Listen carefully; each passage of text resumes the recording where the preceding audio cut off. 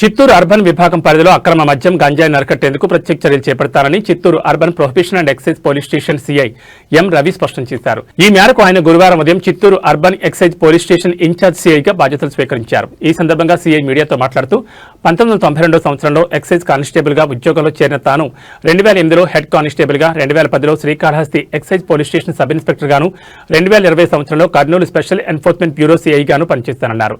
అనంతరం 2023 నుంచి 25 వరకు అనంతపురం ఎక్సైజ్ స్టేషన్ కు, అనంతరం చిత్తూరు నగర శివార్లోని బిఎన్ఆర్ పేటకు బదిలీపై పనిచేస్తానన్నారు. తాజాగా Chittoor urban excise police station in charge సిఐగా బాధ్యతలు తీసుకుంటున్నట్లు వెల్లడించారు. త్వరలోనే చిత్తూరు నగరంలోని మద్యం దుకాణాల యజమానులతో ప్రత్యేక సమావేశం ఏర్పాటు చేసి గంజాయి, కల్తీ మద్యాన్ని అరికట్టేందుకు వారి సహకారాన్ని కోరనున్నట్లు పేర్కొన్నారు. ఇదే క్రమంలో ప్రభుత్వ ఆదాయాన్ని పెంచేందుకు తగు చర్యలు తీసుకుంటానని సిఐ స్పష్టం చేశారు.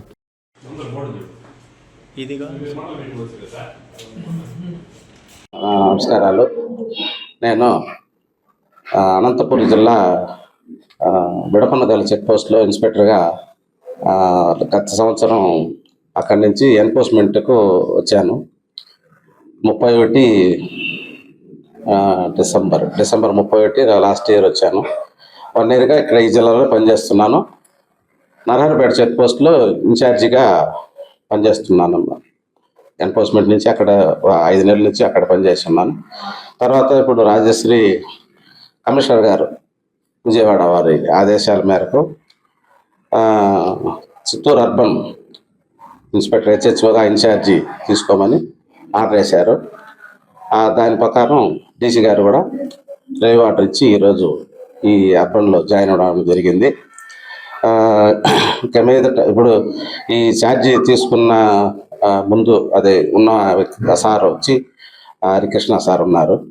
ఆయన కేటలపాలెం చెక్ పోస్ట్ నుంచి ఆయన కూడా ఇన్ఛార్జిగా ఉన్నారు. ఆయన రిలీవ్ చేస్తూ ఈరోజు నేను జాయిన్ అవ్వడం జరిగింది. ఇక నేను గతంలో 28 సంవత్సరాలు ఈ జిల్లాలో పనిచేశాను. కానిస్టేబుల్ నుంచి ఇక్కడ 28 సంవత్సరాలు ఎస్ఐ వరకు ఇక్కడే పనిచేశాను. తర్వాత కర్నూలులో మూడు సంవత్సరాలు అక్కడ పనిచేశాను.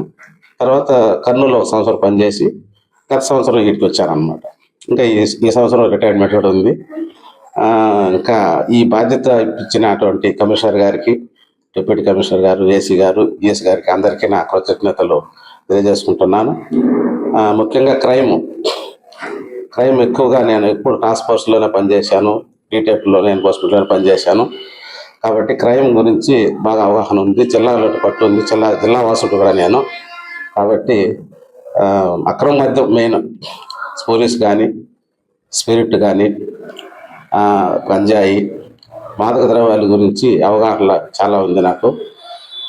అవి అరికట్టడంలో నేను చాలా కేసులు పట్టాను, ఎన్నో అవార్డులు కూడా తీసుకున్నాను. కానీ ఈ బాధ్యత పెట్టిన దానికి ఈ అర్బన్లో ఎలాంటి అవాంఛనాలు, అక్రమ మద్యాలు కానీ దేనికి ఇది లేకుండా నేను చూస్తాను. ఈ ఉన్న మండలాలన్నిటికీ నాకు అవగాహన ఉంది. కాబట్టి ఎక్కడ క్రైమ్ ఉన్నా ఏదేనికి లొంగకుండా, గవర్నమెంట్కి నష్టం కలిగించకుండా తప్పకుండా నా వృత్తి ధర్మాన్ని సక్రమంగా నిర్వహిస్తాను. దీనికి మీ మీడియా తరపున కానీ ఎక్కడ ఫోన్లు మీకు మీ దృష్టిలో వచ్చినా నాకు ఫోన్ చేసినా నేను తప్పకుండా చర్య తీసుకుంటాను. ఏ ప్రాంతి దీనికి అతీతంగా ఏ దానికి ఇది లేకుండా నేను సక్రమంగా మాత్రం చేస్తానని మీ ప్రత్యేకంగా చేస్తాను. తొందరలో లైసెన్సులు అందరూ కూడా రేపు మీటింగ్ పిలిపిస్తాను. వాళ్ళ యొక్క మంచి చెడ్డలు వాళ్ళ గురించి విచారించాలి. వాళ్ళ గురించి రెవెన్యూకి ఏం రావాల్సింది గవర్నమెంట్ అవి సక్రమంగా కట్టించడానికి కానీ వాళ్ళకు అనుకూలంగా చేసి లైసెన్స్ బాగుంటేనే మన గవర్నమెంట్ కూడా రెవెన్యూ వస్తుంది. వాళ్ళ బాగోగులు కూడా రేపు మీటింగ్ పెట్టి వాళ్ళు కలిసి చేసి ఇంకా ఎక్కడైనా నేరాలు జరుగుతూ ఉన్నాయా, ఏ మండలాల్లో క్రైమ్ ఉంది, సారాయి కానీ, గంజాయి కానీ, ఏది కానీ ఉంది అని వాళ్ళ ద్వారా కూడా ఇన్ఫర్మేషన్ మీ మీడియా ద్వారా కూడా మీరు ఎప్పుడు కూడా మాకు సహకరిస్తే తప్పకుండా నేను అరికట్టి ఈ గవర్నమెంట్కి మంచి రెవెన్యూ తెప్పించి ఇది చేస్తాననేసి మీ ప్రత్యేకంగా కోరుకుంటున్నాను. జై హింద్.